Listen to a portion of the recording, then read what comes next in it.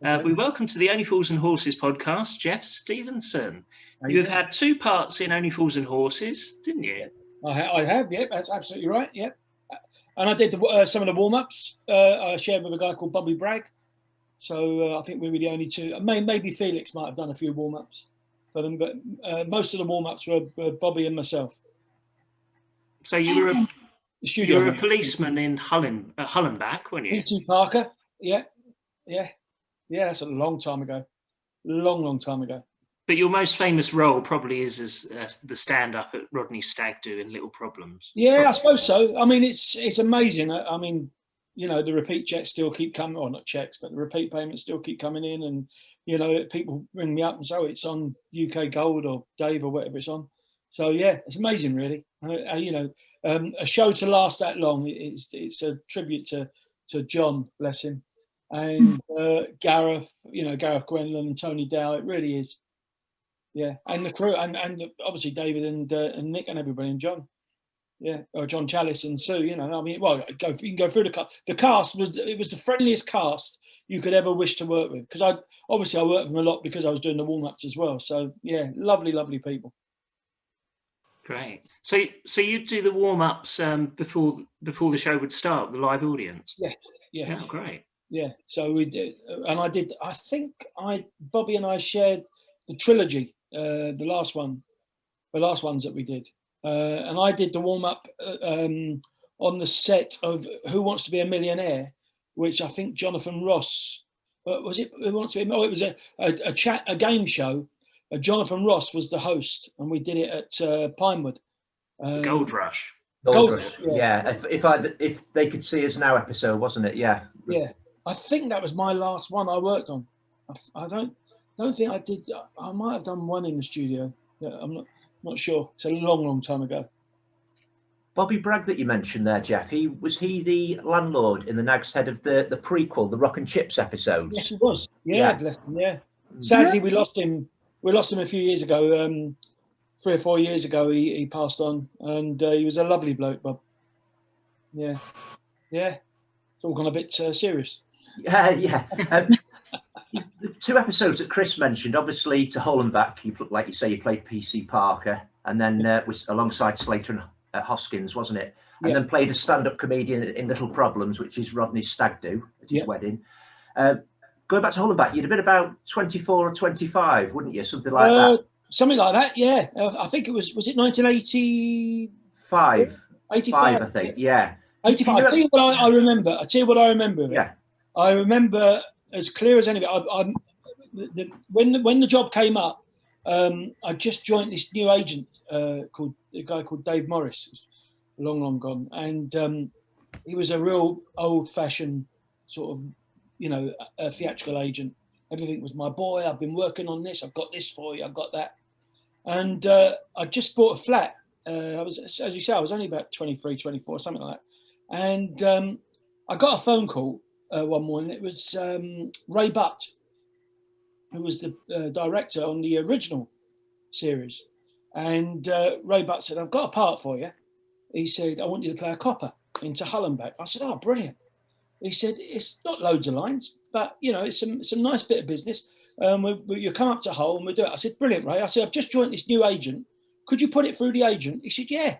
I said, well, you don't tell him that we've had this conversation. Of course, leave it to me. I said, and they'll do the deal. Brilliant.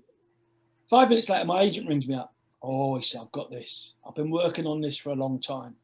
Oh, I've taken Ray Butt and John Sullivan out for dinner, and I've got you this deal. I said, oh, what, Only Fools and Horses? And I immediately left that agent because I said, you're full of, you know, BS. Yeah. And there's no way that I'm going to go with you now. So anyway, I did that. I remember going up to Hull, and I remember driving up and staying with a mate in Skegness on the way up there.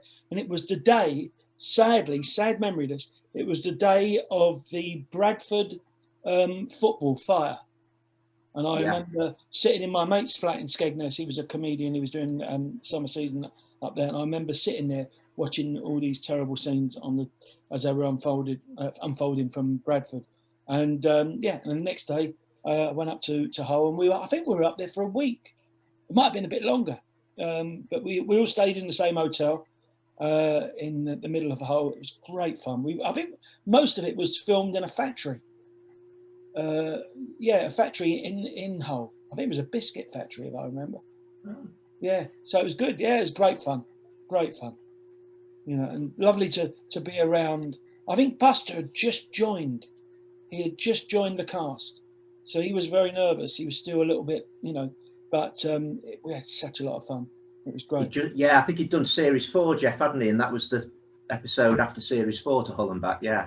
I remember when Buster joined and how he was so nervous because he was struggling with the lines, and Nick and Dave were brilliant with him. They really, you know, were gentle, and it must have been tough because Leonard was a great guy, and to lose him, it must have been, for Nick and Dave, it must have been like losing somebody in your family, you know? Yeah, I know Buster says, I've seen an interview with Buster, and he says that he fluffed a line in one of his early episodes, and then David Jason deliberately fluffed a line just to make him feel at ease, as if to say, you know, anybody can do it, can't they? Yeah, so, I was doing the warm-up that night when it happened, yeah. Were you really? Wow. Yeah.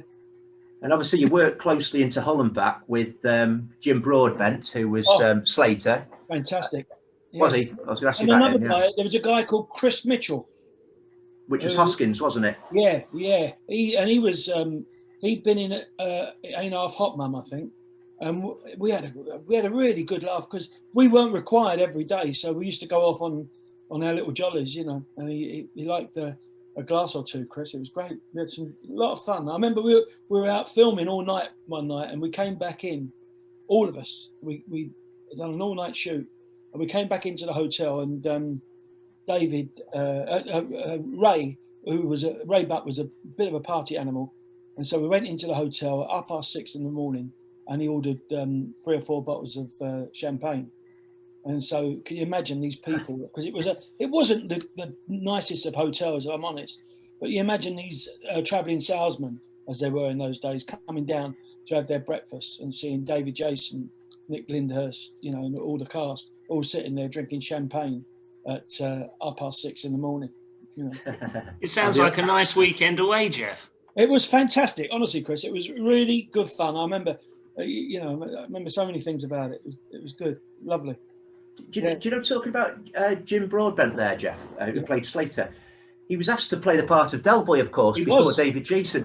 What do you think, which is unthinkable, isn't it now, but what would you think Jim Broadbent would have done to the part? Do you think he would have been a good Del Boy, or? I think he would have been brilliant, but I mean, I don't think anybody could do it better than what David did, you know, but I think he would have been brilliant. Yeah, of course he would, you know. I mean, Jim's proved it. I mean, you know, he's in America and all that stuff. He's a brilliant actor, and you know what?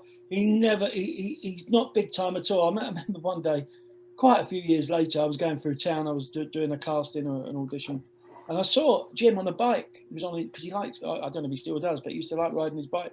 And I said, Jim, he stopped. Jeff, how are you? Nice to see you. Yeah, what are you up to? And this was, I mean, by this time he'd cracked it, you know, and become a really big name actor, you know. But yeah, he's a great actor. Brilliant. Had a good career, hasn't he, since? Yeah, definitely. Yeah. What about you mentioned David, Nick and Buster? What sort of memories have you got of them? Have you got some conversations that you think, I remember once when?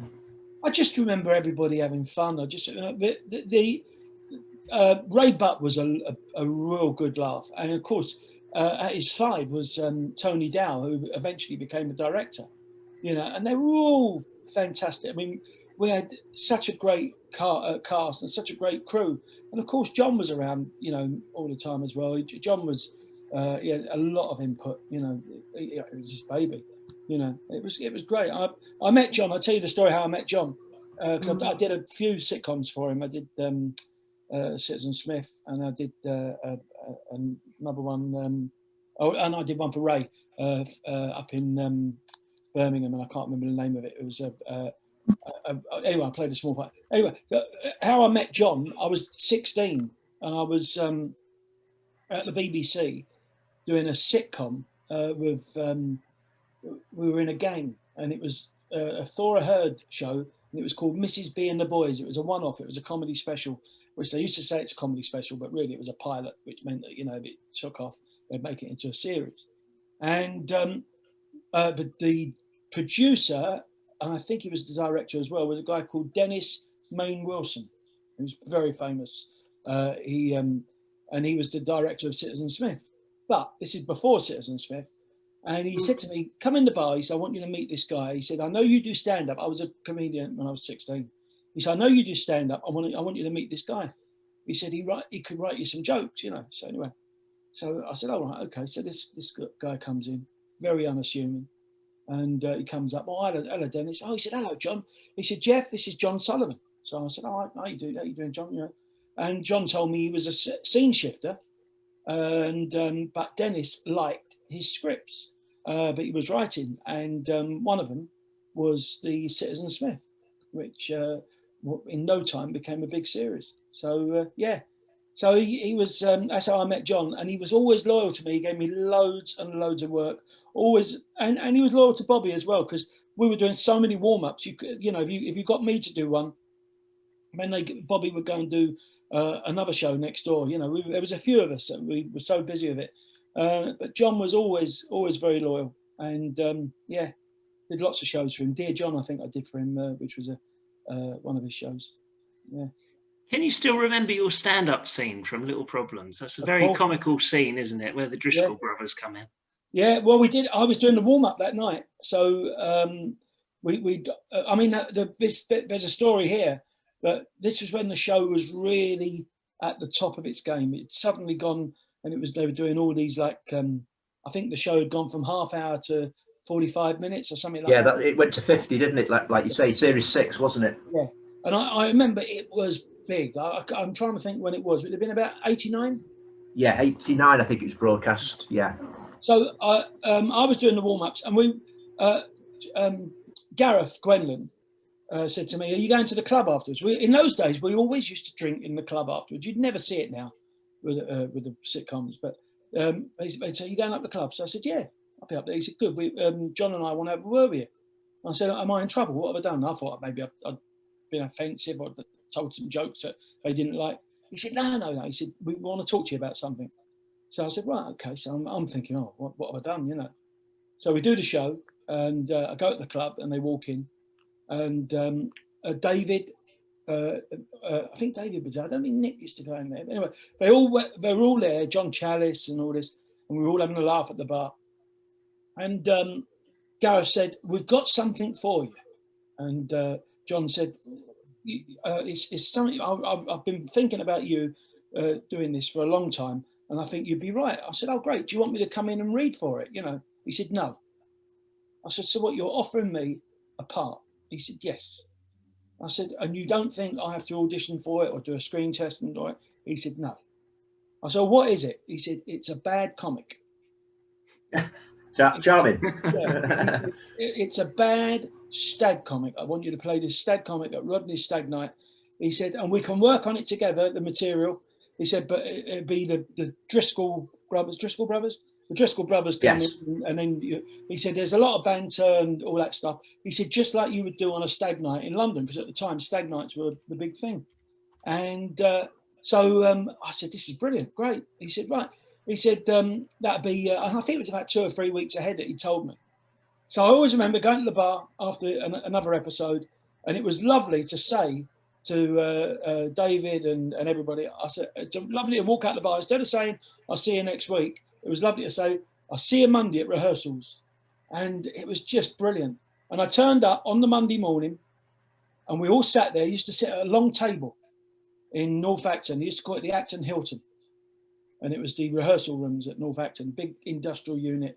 And it was where magic was made. There was so many different floors where all these shows were rehearsing. It was fantastic. And I remember sitting there, and so John came in and he said, right, here's the scripts. They've done some rewrites, handed out the scripts all round. And I started reading stuff. And it was obviously the bit where Nick Rodney goes and he leaves, and Del is, is like pathos, a bit upset. And this is how long ago it was. John went, right, okay, and he pressed this cassette, and it was holding back the tears, Simply Red. Simply Red. And I looked around the table, and all the actors, including me, and everybody, including John as well, we were all in tears. It was that powerful. This was on a Monday morning for the read-through, which no one ever gets involved. But it was that powerful and that good, John's script, but everybody was welling up. You know, it was just incredible. And I used to, I mean, my part, I would do it. And then Gareth would say, right, Jeff, that's it. You're released, don't need you the rest of the day. Oh, no way. I'm sitting there. I sat there all day watching, because it was like watching, you know, a masterclass. It was wonderful. Especially so you would watch quite a few episodes live, Jeff, once you've done your stand-up, yeah? Yeah, absolutely. Yeah. Although I still find the odd one I haven't seen. Do you really? Yeah, every now and then I go, I don't remember. I haven't seen, but I don't remember. I would sit there and go, maybe, yeah, did I do this one? You know. So you're a fan of the show before you even got the part of Hoskins, PC Parker. Yeah, absolutely. Yeah. Well, I've been doing the warm-ups, you know. I don't think I warmed up the first series. I think I came on board the second series, if I remember. I'm not sure, to be honest, such a long time ago. You'd remember Leonard. Sorry, Chris, go on. Me and Chris were talking about that with episodes of Only Fools and Horses. On TV, they seem to repeat the same ones, don't they, over and over again. So if you watch a series, there's so many episodes, isn't there? Mm. Oh, yeah. No, I agree. But it was, just fantastic. You know, and the atmosphere on we used to on a Sunday night at the TV Centre, and there'd be sitcoms, there'd be about 4, maybe 5 sitcoms, all in different studios. You know, because the reason they did it on a Sunday was because originally the actors would have been in the West End. So on a Sunday, originally there would be no shows on a Sunday. So they would rehearse all week at the Acton Hilton, and then go in on a Sunday and record the show. Do you know your comedy routine in Little Problems? I was going to ask you, did you write that then, or was it you and John that wrote it together? John wrote most of it, but John said, "I've got this idea here." And then I would say, well, what about if I did this line? You know, I think I did the line. He said, I saw this comedian one night in a stag, and there was a little short bloke, and he said, "Hi ho." I said, "Oh yeah, right, yeah, I know." And then he said to me, "Have you got anything else you could put?" I said, "Yeah." I said, when Grandad, when Uncle Albert walks out, I can say, "Oh, you all right, mate?" And you got your head on upside down. And that was hilarious. I thought that that was my line, because and then he said, "I was in the war," and then I had lived on in rehearsals the Boer War, and they all went, brilliant. I think that stayed in, didn't it? It did stay in, yeah. It was like that was having a go how old he was, wasn't it? That because that was in 1900, wasn't it? The Boer War or something, yeah. Absolutely. So that was but all the stuff with the Driscoll twins coming in, all that stuff, that was all John. You mentioned the scene with Uncle Albert, and he talks back to you. As a comedian, do you enjoy that as a stand-up when somebody talks back to you, and then you can? I do, because I've always been a comic that plays the room. You know, I love just going out and working the room, but it doesn't always work, obviously. But I like it. I like that. I mean, to be honest, it feels such a long time since I've done a proper gig. You know, it really does. You know, because I mean, it's a year ago. A year ago tonight, the last land gig I did, and then I got on a ship in Australia, and I was on for 5 weeks. When we got back, we were all locked down. So, yeah. What is your favourite episode of Only Fools and Horses? I probably would say the Jolly Boys outing. You know, I would love to have worked on that. I mean, that was just, you know, I mean the scene with he's on the phone and he turns around and the bus. On fire. Yeah, I would probably say that. Yeah. Yeah, I did. I liked the original ones with Leonard. I thought Leonard was great. You know, he was a great actor. Was there a chance of more episodes, Jeff? Really, or it just never did it? How come you didn't get more episodes? Do you think there was a? Not really, because the comic. I mean, it was just a one-off. Really, to be honest, I would love to. I mean, this, of course, I would love to have done, but no, John. I don't think John was looking at me as a regular cast member. But I think I'm one of a small list of actors who did 2 different parts, apparently. Yeah, I think I was looking at that. Yeah, there was the just the Aussie guy, isn't it? Yeah. That's right. He was Jumbo Mills, wasn't he? In Who Wants a Yeah. Millionaire episode, and the Go West Young Man, wasn't it, when he bought the car off Del Rodney? Yeah. There's somebody else as well. I can't think who it was now. Oh, is there the guy? Hoskins. What about the guy who, the magician? Oh, Yeah, Oh, Robert. Wasn't he? Didn't he have another part? I know Possibly. the actor's Robin Driscoll, isn't it? And he was in Mr. Bean. He wrote Mr. Bean, didn't he? I think the Great Ramondo. Yeah. Hoskins was in too, of course, wasn't he? You weren't in May the Force Be With You, were you? When No. Slater and Hoskins were in that episode, weren't they? Yeah. No, I was trying to think if you were in that. Yeah.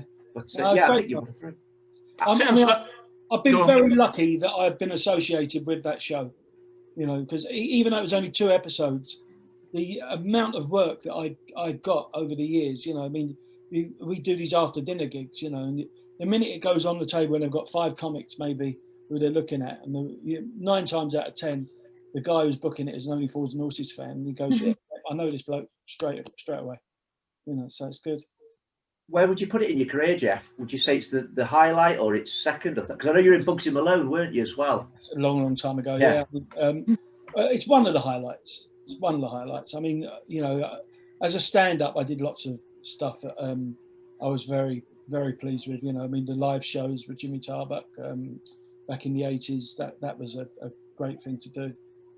With Des O'Connor shows and all that stuff. So, yeah, I mean, to be honest, I've just recently a highlight of my career, even though it was a low budget. I did a low budget film back in July last year called Touching the Blue, and it's done really well on the film festival circuit. So we've won all these awards, you know. So it's got me sort of back into wanting to do more acting, you know. what's it about? It's about a washed-up snooker player who makes. It's on Amazon. He makes his comeback at the Crucible, and it's 46 minutes, and it's based in the dressing room or the dressing cupboard at the Crucible. Even though it wasn't, we did it in a factory unit in Hainault in Essex, but the whole thing is based in the dressing room at the Crucible, and it's all about. You know, he's talking to the camera, talking about the ups and downs of his career and his life and where it's all gone wrong. And then he goes out and he plays this kid. And I won't tell you anymore because it's a bit of a roller coaster from there. Sounds possibly a bit Alex Higgins-ish, or? Well, everybody says that, but to be honest, I based it on an old comic. You know, I've seen so many old comics that have got the ump with the dressing room and all that stuff. So I based it on that. I mean, I don't go near a snooker cue.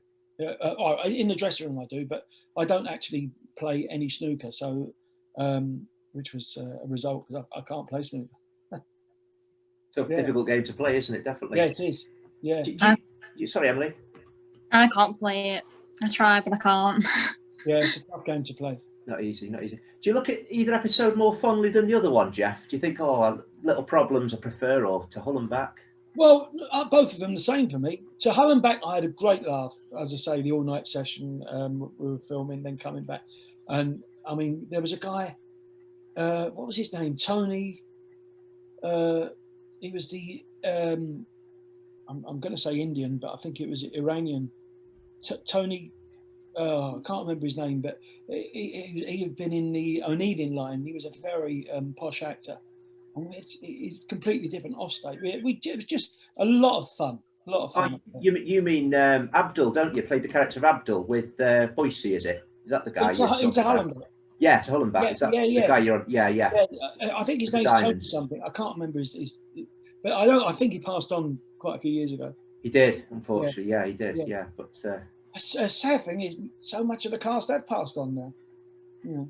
Yeah, it's a little bit like the Carry On films, isn't it? Where a lot of those passed away, and a lot of them died young, unfortunately. Yeah. Yeah. I mean, Ken O'Neill, who played Mike the barman, he had funny bones. He was a funny man. We all know about the beer mat gag he used to do every time we were recording the show. He would do the same old gag, you know. He'd have a gap on the beer cart or the beer mat, and then he'd put it on his nose, and he'd say, "Who threw that? Who threw that?" And he would do it every time, and we all went, "Oh yeah, that's Ken." He was brilliant. He was lovely. And I remember there was a time when obviously they were getting all these repeat checks, and I remember sitting there on the Sunday afternoon in rehearsals at BBC TV Centre, and Ken turned around and he went, "Anyone got the time?" So I said, "Yes, 4:15." He went, "Do you know I'm not seeing a repeat check for the last half hour?" It's on all the time. Yeah. So yeah, he was funny man. And Dave, I've been lucky that I know John, and I see Sue, who played Marlene. I see her on the ships. She goes on. I work on the cruise ships quite a bit, and she comes on the cruise ships as celebrity guest. You know, so it's always nice to talk about the show. I was thinking, to Hull and back, when the three of you, Hoskins, Slater, and yourself, go and inspect Denzel's lorry. Yeah. I was just thinking about this the other day. I was watching it. Is Nick Lyndhurst and David Jason in that scene at all? Because you could manipulate that scene, couldn't you? Because if you remember, Nick's in the van, isn't he? In the trotter van. And Del Boy's in the truck, isn't he? Under a blanket. That was it. And I say, I don't know what it is, Gov, but it's been dead a fortnight. Yes, that's right. Yeah. Would they be there? Would they be in that scene? Would they be hanging about, or would that be on a different day, possibly? I know they could. They were there. They were certainly there. Yeah. Because Nick was sitting in the car behind. He was there, so it was proper. Yeah. I can't honestly remember if David was actually in the truck. I know a lot of fans are very not picky, but they look at every episode and they always say about that episode, how did you not see the trotter van there? It was about 100 yards, wasn't it, from Denzel's lorry, bright yellow thing? Yeah. I remember going in. I think that was my first scene on that, and I remember doing a double take. There was, I can't remember. Oh, we said, what's his name? Jim Broadbent's character, Trotter. No, Slater. Slater says to me, "You go in there, Parker." And I remember doing a double take, going and I remember looking and seeing Ray Butt laughing. He was stopping himself, And so I was like, oh, this is brilliant, to get a laugh out of them, because I mean they were comedy masters. So it was great fun. I was very lucky, as I say. Were you quite nervous? Christmas Day, 'cause it came out 85 Christmas Day, didn't it, to Hull and back? Yeah. Do you remember Christmas Day being nervous? Because it was coming on, and were you a bit nervous that day when it was being broadcast? That day, I was doing panto in Aldershot on the Christmas Eve, and then on the Christmas Day, I was doing a live late breakfast show with Noel Edmonds in a field in Hampshire, and I was hosting or presenting these games on Christmas morning. So I was thinking was, how lucky am I? I'm on twice today, So I wasn't nervous. I'm never nervous about it. Oh, hello. Yeah. Sorry. That's all right. My phone just fallen. Yeah, that's all right. I'm never nervous about it, to be honest, Chris. I'm never. The only time I'm nervous is if I think the show's not going to be all that, And that was never a situation with anything that John did. You talked about Ray Butt a lot, and he was responsible for casting Only Fools and Horses, wasn't he? Yeah. He must have done a fantastic job. I mean, as you mentioned, it's not just the lead characters, is it? It's all the other characters that go into the Peckham community, really. Yeah, well, Ray just had an incredible relationship with John. They were both very similar, and they were both loved to stand at the bar and just chat over pints, over a few pints. And it was a different era in those days. I mean, most of our, even when we were rehearsing, you would go around the pub at lunchtime. You would never do that now. It's just not the culture now. But in those days, that was what you did. You went round, you had a couple of pints, and then you come back and, It was society in general, though, wasn't it? Because if you think of like footballers at the time, even they would do that. And yeah, exactly. Exactly.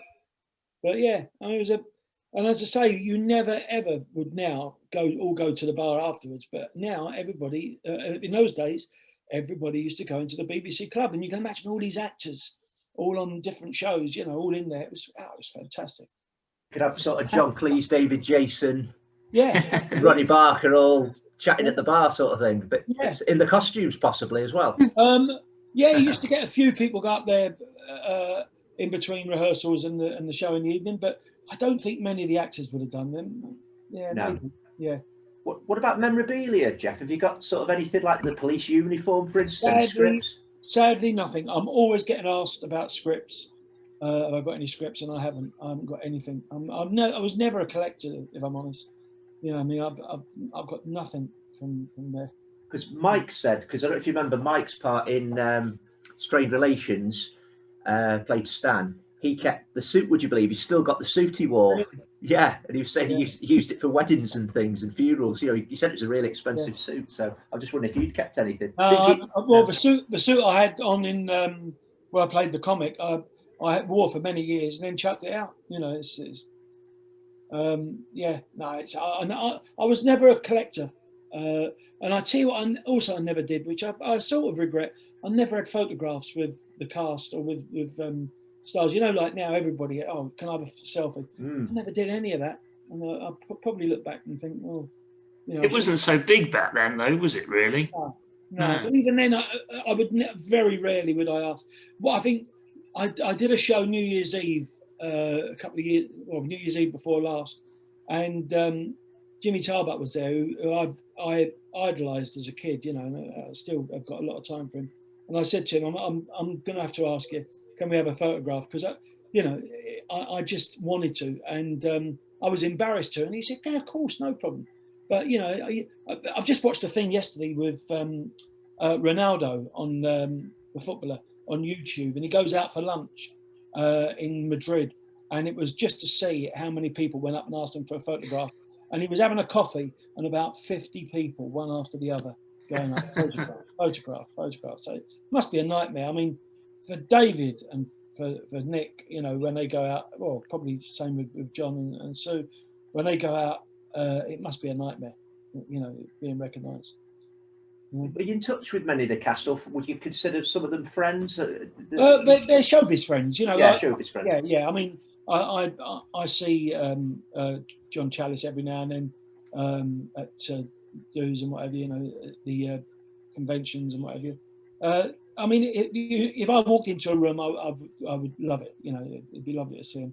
David was always David and Nick. I knew Nick. We were kids at stage school. You know, he was about the same age, aren't you, Nick? Yeah, is that right? Yeah. So we were always going up for the same parts.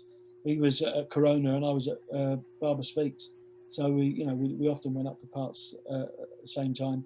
And David was always very approachable. I remember when I went when we did the trilogy. I think, is it 20 years ago? 96 was the one where they become millionaires, but I think it was 2001. So yeah, 20 years the last three were. Yeah, 2001. So I remember going to Pinewood, and I remember going for lunch and sitting on my own, and David came in and he came over, and I think his wife had just given birth, or quite recently he had a baby, and so did I. My son, who's now 21. And he came over to me and said, I think us young fathers should stick together, you know. Yeah. Both older fathers, you know. And of course, everyone was coming in, oh, is David all right? Oh, yeah, he's all right. He's over there with Jeff. That's what he was like, you know, and what he still is like. He's you know, there's no big star side to either of them, you know. No, he did the a convention last year, David, for the first time, didn't he? Brilliant. Actually, and they were saying how humble he was, and just a normal guy. Yeah, exactly, and that's exactly what he was like. I mean, my friend who we talked about, Bobby Bragg, when he was very ill for many years, or for quite a few years, he had the old pancreatic cancer, and David would go and visit him, and he would land his I think he had a helicopter. He would land his helicopter in the farmer's field near Bobby and go and see him, you know. So, yeah, he could fly his own helicopters, couldn't he, David? Yeah. Yeah. Before because we're going to be going soon, because we've only got 2 minutes left. Emily, have you got another question that we can edit in? Or? What are your best memories of being on the set? Just the laughs. I mean, and just going in on a Sunday afternoon, and I would get there. Some of the shows I worked on, to be honest, I wouldn't get there early. I would just get there and watch the dress run. But for Falls or anything that was for John, I would turn up at, I don't know, 2:30, 3 o'clock, and I would be sat there in the afternoon. And it was just lovely. I mean, it was, you know, BBC in those days, that TV centre was just it was a pleasure to be around it. Somebody called it a fun palace, and that's exactly what it was. You know, because every green room you went into, the coffee bar, you'd see actors in period dress, or you'd see I don't know, different actors from different shows. It was just fantastic, just great times. I miss them. I really miss those days.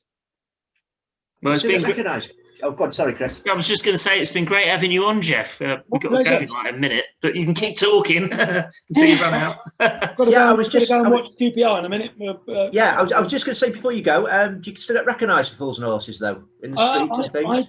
In the most strange places. I got recognised in New Zealand.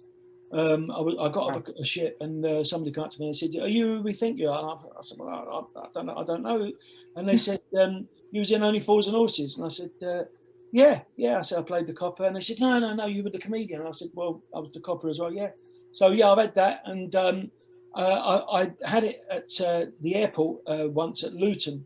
A guy who's become a really good mate, and he was a detective, and he came up to me. He said, "We know you," and I was like, "You know what?" And he was a big fan of Only Fools, you know, and he'd been on the plane, and he saw me on the plane, and he was trying to work it out how he knew me. So yeah, you do get it. You know. Yeah, and it's strange, isn't it? You could be recognised for PC Parker or the comedian, but people wouldn't associate you maybe with both roles, would they? No, absolutely. I mean, most people, if they are going to recognise me from Fools, it would be for the comedian on Little Problem.